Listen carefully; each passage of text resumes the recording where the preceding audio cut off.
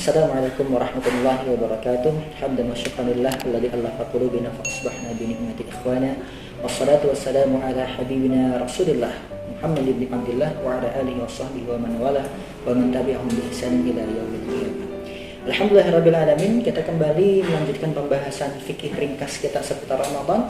Dan insyaallah melanjutkan pembahasan yang sebelumnya tentang zakat ya. Sekarang kita akan membahas mengenai zakat harta, tata cara pembayaran, dan seperti apa ketentuannya.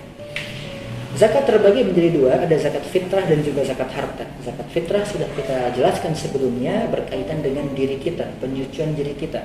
Itu semua orang muslim yang hidup pada bulan Ramadan pada tahun tersebut, maka dia diwajibkan untuk membayar zakat fitrah. Mau yang sudah sepuh, mau yang masih bayi sekalipun, anak-anak semuanya wajib zakat fitrah jika mereka mampu untuk membayar zakat tersebut.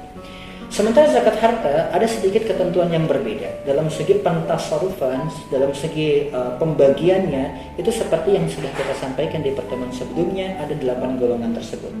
Namun ada beberapa ketentuan mengenai zakat harta yang berbeda dengan zakat fitrah. Kalaulah zakat fitrah itu diwajibkan di bulan suci Ramadan, kalau zakat harta atau zakat mal itu tidak mesti, karena tergantung dari zakat dalam jenis apa atau bidang apa.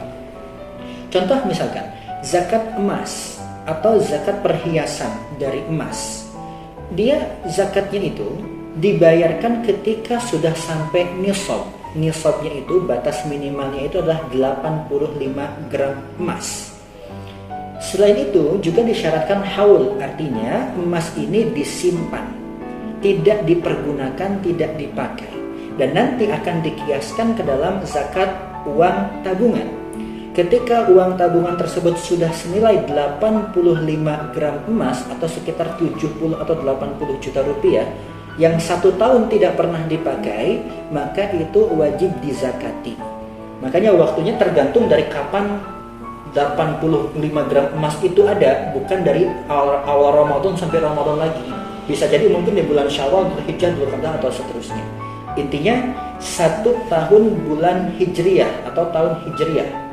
Selama 1 tahun tersebut, tabungan tersebut, emas tersebut, perhiasan tersebut itu tetap minimal 85 gram emas atau senilai itu, maka itu wajib dizakati 2,5% dari total yang ada.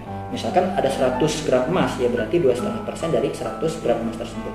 Misalkan uang tabungannya ada 1 miliar, berarti 2,5% dari 1 miliar tersebut yang memang diendapkan di sana, tidak dipergunakan. Kemudian ada yang bertanya mengenai zakat penghasilan. Ulama memang berbeda pendapat apakah penghasilan itu dikategorikan sebagai zakat pertanian atau dikategorikan sebagai seperti zakatnya itu zakat emas seperti itu.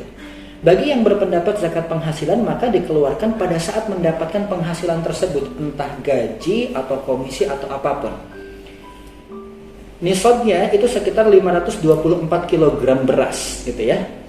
Artinya kalau misalkan penghasilan sudah sampai segitu, maka nanti dihitung, dikeluarkan 5% atau 10% tergantung dari penghasilan tersebut mengeluarkan modal ataupun tidak. Pun demikian halnya yang berpendapat bahwasanya nisab zakat penghasilan itu seperti emas, maka zakat penghasilan nisabnya adalah 85 gram emas.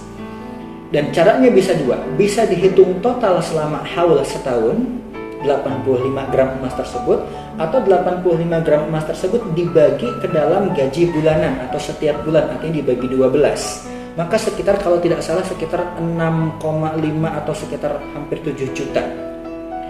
Jadi kalau misalkan mau dibayar 1 tahun, dalam 1 tahun tersebut apakah seluruh penghasilan kita, entah gaji bulanan, bonus, tunjangan, dan lain-lain, itu mencapai 85 gram emas atau tidak? Kalau mencapai selama setahun, maka dizakati 2,5%. Atau ada juga yang berpendapat boleh dibayarkan tiap bulan, tiap kita mendapatkan gaji dengan nominal kurang lebih 6,5 atau 6,7 juta rupiah minimal, boleh dibayarkan langsung jika ketika ditotal dalam 1 tahun tersebut nyampe 85 gram emas. Seperti itu. Jadi ada yang mengatakan boleh dibayar per bulan, atau boleh dibayar ketika mendapatkan komisi misalkan, tidak mesti per bulan, atau boleh juga ditotal selama setahun, nanti setelah haul dibayar 2,5% dari total penghasilan yang kita terima. Termasuk diantaranya zakat perdagangan ya, itu akan dihitung dari aktiva lancar dikurangi dengan pasiva lancar, artinya dikurangi hutang dagang dan seterusnya. Maka aset yang dimiliki ketika sudah sampai 85 gram emas dan itu berjalan 1 tahun, maka 2,5% dikeluarkan dari total usaha tersebut.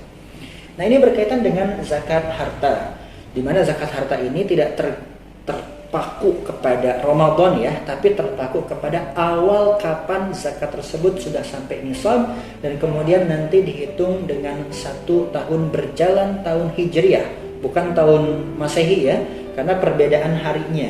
Kalau tahun Masehi itu kalau tidak 30 ya 31. Makanya jumlah harinya itu 365. Sementara kalau bulan Hijriah, tahun Hijriah itu kalau enggak 29 ya 30. Maka jumlah harinya pun lebih sedikit. Itulah kenapa terkadang terasa yang namanya Ramadan itu maju. Sebenarnya Ramadan enggak maju, tetap Ramadan ya tanggal 1 Ramadan. Cuma dibandingkan dengan bulan-bulan Masehi, jumlah harinya lebih sedikit. Maka patokannya apa? Patokannya jumlah hari dalam 1 tahun bulan Hijriah.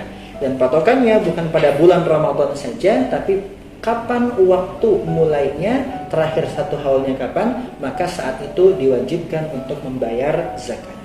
Nah, alhamdulillah sekarang sudah banyak lembaga zakat yang memudahkan kita untuk membayar maupun menghitung perhitungan zakat harta kita. Maka silahkan bisa menghubungi lembaga zakat yang dipercaya untuk membantu menghitung maupun membantu untuk menyalurkan zakat harta yang kita punya. Itu saja untuk pertemuan kali ini. Insyaallah kita bertemu di pertemuan selanjutnya. Assalamualaikum warahmatullahi wabarakatuh.